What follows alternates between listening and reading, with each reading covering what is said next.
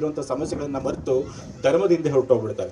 ನಿಜವಾಗ್ಲೂ ಸಮಸ್ಯೆ ಇರೋದು ಏನು ನಮ್ಮ ಸಮಾಜದಲ್ಲಿ ಇವತ್ತು ಎಷ್ಟೋ ಜನ ಬಹುಸಂಖ್ಯಾತರಂತ ನಾವೆಲ್ಲ ಹಿಂದುಳಿದ ವರ್ಗದವರಿದ್ದೀವಿ, ದಲಿತರಿದ್ದೀವಿ, ಅಲ್ಪಸಂಖ್ಯಾತರಿದ್ದೀವಿ. ಇಷ್ಟು ವರ್ಷಗಳಾದರೂ ಸ್ವಾತಂತ್ರ್ಯ ಬಂದು 75 ವರ್ಷಗಳಾದರೂ ಕೂಡ ನಾವಿನ್ನೂ ಮೇಲೆ ಇರೋದಕ್ಕೆ ಸಾಧ್ಯ ಆಗಿಲ್ಲ. ಇವತ್ತು ಕೂಡ ನೀವು ನೋಡಿ ಹಿಂದುಳಿದ ವರ್ಗದವರು ಎಷ್ಟು ಜನ IAS ಆಫೀಸರ್ಗಳಿದ್ದಾರೆ, ಎಷ್ಟು ಜನ ಸುಪ್ರೀಂ ಕೋರ್ಟ್ಗಳಲ್ಲಿ ಜಡ್ಜ್ ಇದ್ದಾರೆ, ಹೈಕೋರ್ಟ್ಗಳಲ್ಲಿ ಜಡ್ಜ್ಗಳಿದ್ದಾರೆ, ಎಷ್ಟು ಜನ ಕಾರ್ಪೊರೇಟ್ಗಳಲ್ಲಿ ಶ್ರೀಮಂತರಿದ್ದಾರೆ. ಹಿಂದುಳಿದ ವರ್ಗದವರಾಗಲಿ, ದಲಿತರಾಗಲಿ, ಅಲ್ಪಸಂಖ್ಯಾತರಾಗಲಿ ಈಗಲೂ ಕೂಡ ಮೇಲ್ವರ್ಗದವರೇ ಸಮಾಜನ ನಿಯಂತ್ರಣ ಮಾಡ್ಕೊಂಡಿದ್ದಾರೆ. ಸೊ ಈ ಪರಿಸ್ಥಿತಿ ಬದಲಾಗಬೇಕು. ನಾವು ಬಹುಸಂಖ್ಯಾತ ಇದ್ದ ಮೇಲೆ ನಮ್ಮ ಜನಸಂಖ್ಯೆಗೆ ಅನುಗುಣವಾಗಿ ನಮಗೂ ಕೂಡ ಉನ್ನತ ಸ್ಥಾನಗಳಲ್ಲಿ ಸ್ಥಾನ ಸಿಗಬೇಕು. ಅದಾಗಬೇಕು ಅಂತಂತಂದ್ರೆ ಈ ಸಮಸ್ಯೆಗಳ ಬಗ್ಗೆ ನಾವು ಮೊದಲು ಗಮನ ಕೊಡಬೇಕು, ನಮ್ಮ ಹಕ್ಕುಗಳಿಗೋಸ್ಕರ ಹೋರಾಟ ಮಾಡಬೇಕು. ಆದರೆ ಧರ್ಮದ ಹೆಸರಿನಲ್ಲಿ ನಾವು ಇನ್ನೊಬ್ಬರ ವಿರುದ್ಧ ಹೋರಾಟ ಮಾಡಕ್ಕೆ ಹೋದ್ರೆ ನಾವು ನಮ್ಮ ಹಕ್ಕುಗಳ ಹೋರಾಟನ ಮರಬೇಕಾಗತ್ತೆ.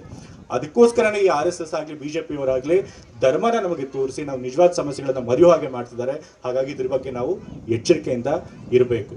ಮತ್ತೆ ಹಿಂದೆ ರಾಜ್ಯಾಧ್ಯಕ್ಷರಂತ ರಾಮಚಂದ್ರಪ್ಪ ಅವರು ಮಾತನಾಡ್ತಾ ಹೇಳೋದು, ಇವತ್ತು ನಮಗೆ ನಮ್ಮ ವ್ಯವಸ್ಥೆನ ಬದಲಾಯಿಸಬೇಕು ಅಂತಂತಂದ್ರೆ, ನಮ್ಮ ಹಕ್ಕುಗಳನ್ನ ನಾವು ಪಡಿಬೇಕು ಅಂತಂತಂದ್ರೆ ರಾಜಕೀಯ ಅಧಿಕಾರ ಬಹಳ ಮುಖ್ಯ. ಇವತ್ತು ನಮ್ಮ ಕಾಂಗ್ರೆಸ್ ಪಕ್ಷದಲ್ಲಿ ಹಿಂದುಳಿದ ವರ್ಗಕ್ಕೆ ಸೇರಿದಂತೆ ಸಿದ್ದರಾಮಯ್ಯ ಅವರು 2ನೇ ಬಾರಿ ಮುಖ್ಯಮಂತ್ರಿಗಳಕ್ಕೆ ಅವಕಾಶ ಸಿಕ್ಕಿದೆ. ಕಾಂಗ್ರೆಸ್ ಪಕ್ಷ ಮಾತ್ರ ಎಲ್ಲ ಸಮುದಾಯಗಳಿಗೂ ಕೂಡ ಜೊತೆಗೆ ತೆಗೆದುಕೊಂಡು ಹೋಗುವಂಥ ಕೆಲಸ ಮಾಡಿದ್ದಾರೆ. ಇವತ್ತು ನಾವು ದೊಡ್ಡ ದೊಡ್ಡ ಮಹನೀಯರನ್ನ ನೆನೆಸ್ಕೊಳ್ತಾ ಇದ್ದೀವಿ ಇಷ್ಟು ವರ್ಷಗಳಾದರೂ. ಯಾಕೆ ಅಂತಂದ್ರೆ ಅವರು ಸಮಾಜಕ್ಕೆ ಕೊಟ್ಟಂಥ ಕೊಡುಗೆಯಿಂದ. ನಮ್ಮ ಕಾಂಗ್ರೆಸ್ ಪಕ್ಷ ಮತ್ತು ಸಿದ್ದರಾಮಯ್ಯ ಅವರು ಕೂಡ ಹಿಂದೆ ಮುಖ್ಯಮಂತ್ರಿಗಳಾಗಿದ್ದಾಗ ಸಮಾಜದಲ್ಲಿ ಯಾರು ಹಿಂದುಳಿದಿದ್ದಾರೆ ಅವ್ರಿಗೋಸ್ಕರ ಕೆಲಸ ಮಾಡಿದ್ರು, ಅವ್ರಿಗೋಸ್ಕರ ಸರ್ಕಾರಿ ಯೋಜನೆಗಳನ್ನು ತಂದಿದ್ರು. ಅದೇ ರೀತಿ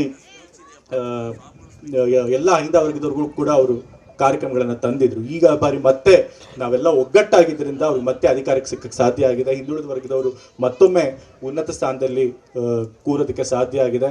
ಆದರೆ ಅವ್ರು ಕೆಲಸ ಮಾಡಬೇಕು ಅಂತಂತಂದ್ರೆ ಅವ್ರ ಅಧಿಕಾರ ಮುಂದುವರಿಬೇಕು. 5 ವರ್ಷಗಳ ತನಕ ಅವ್ರು ಮುಖ್ಯಮಂತ್ರಿಗಳಾಗುವಂಥ ಪರಿಸ್ಥಿತಿ ಉಂಟಾಗಬೇಕು. ಅದಾಗಬೇಕು ಅಂತಂದ್ರೆ ನಿಮ್ಮೆಲ್ಲರ ಬೆಂಬಲ, ಆಶೀರ್ವಾದ ಅವ್ರಿಗೆ ಇರಬೇಕು.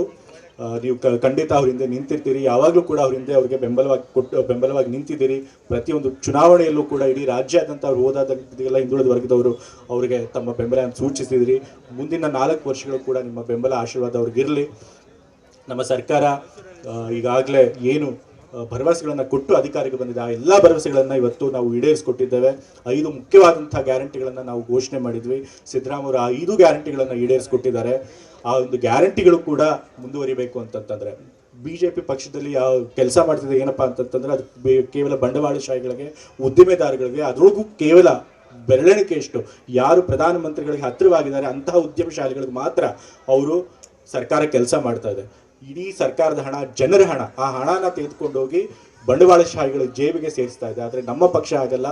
ನಾವು ಈ ಜನರ ಹಣ ಜನರ ಬಳಿಗೆ ಸೇರಬೇಕು, ಜನರಿಗೋಸ್ಕರ ಖರ್ಚು ಮಾಡಬೇಕು ಅಂತೇಳಿ ಈ ಗ್ಯಾರಂಟಿಗಳನ್ನು ನಾವು ಘೋಷಣೆ ಮಾಡಿದ್ದೀವಿ. ಹಾಗಾಗಿ ಆ ಗ್ಯಾರಂಟಿಗಳನ್ನು ನಾವು ಅನುಷ್ಠಾನಕ್ಕೂ ಕೂಡ ತಂದಿದ್ದೀವಿ. ನಿಮ್ಮ ಹಣ, ಸರ್ಕಾರದ ಹಣ, ಅದು ಮತ್ತೆ ನಿಮಗೆ ತಲುಪಬೇಕು ಅಂತಂತಂದರೆ, ಈ ಗ್ಯಾರಂಟಿಗಳು ಕಂಟಿನ್ಯೂ ಆಗಬೇಕು ಅಂತಂತಂದರೆ ಈ ಲೋಕಸಭಾ ಚುನಾವಣೆಯಲ್ಲೂ ಕೂಡ ನಿಮ್ಮ ಆಶೀರ್ವಾದ ನಮಗೆ ಅತ್ಯಗತ್ಯ. ಹಾಗಾಗಿ ನಿಮ್ಮೆಲ್ಲರ ಬೆಂಬಲನ ಇನ್ನೊಮ್ಮೆ ಕೋರ್ತಾ ನಮ್ಮ ಸರ್ಕಾರಕ್ಕೆ, ಸಿದ್ದರಾಮಯ್ಯನವ್ರಿಗೆ ಎಲ್ಲರಿಗೂ ಕೂಡ ನಿಮ್ಮ ಆಶೀರ್ವಾದ ಇರಲಿ ಅಂತ ಕೇಳ್ಕೊಳ್ತಾ ಇಂಥ ಒಂದು ಒಳ್ಳೆ ಕಾರ್ಯಕ್ರಮ ಮಾಡಿ ನನ್ನನ್ನು ಕೂಡ ಆಹ್ವಾನಿಸಿ ನಿಮ್ಮಗಳ ಜೊತೆ ಭಾಗವಹಿಸೋಕ್ಕೆ ಅವಕಾಶ ಮಾಡಿಕೊಟ್ಟಿದ್ದಕ್ಕೆ ಎಲ್ಲರಿಗೂ ವಂದಿಸ್ತಾ, ಮತ್ತು ಮುಖ್ಯವಾಗಿ ನಮ್ಮ ಕ್ರಾಂತಿವೀರ ಸಂಗೊಳ್ಳಿ ರಾಯಣ್ಣ ಯುವಜನ ಸಂಘದವರಿಗೆ ಮತ್ತೊಮ್ಮೆ ಅಭಿನಂದನೆಗಳನ್ನು ಮತ್ತು ಶುಭಾಶಯಗಳನ್ನು ತಿಳಿಸ್ತಾ ನನ್ನ 2 ಮಾತುಗಳನ್ನು ಮುಗಿಸ್ತಾ ಇದ್ದೇನೆ. Thank you. ಕನ್ನಡಿಗರ ಮೆಚ್ಚಿನ ನಿಮ್ಮ ನ್ಯೂಸ್ 18 ಕನ್ನಡ ಈಗ ವಾಟ್ಸ್ಆಪ್ನಲ್ಲಿಯೂ ಲಭ್ಯ. ಕರ್ನಾಟಕ ಮತ್ತು ದೇಶ ವಿದೇಶದ 360 ಡಿಗ್ರಿ ಸುದ್ದಿ ವಿವರವನ್ನ ನೀವು ನಿಮ್ಮ ಕೈ ಬೆರಳುಗಳಲ್ಲಿಯೇ ಪಡೆಯೋದಿಕ್ಕೆ ಈ QR ಕೋಡ್ ಅನ್ನ ಸ್ಕ್ಯಾನ್ ಮಾಡಿ. ನಮ್ಮ ಚಾನೆಲ್ ಅನ್ನ ಫಾಲೋ ಮಾಡಿ, ನೋಟಿಫಿಕೇಶನ್ ಆನ್ ಮಾಡಿ.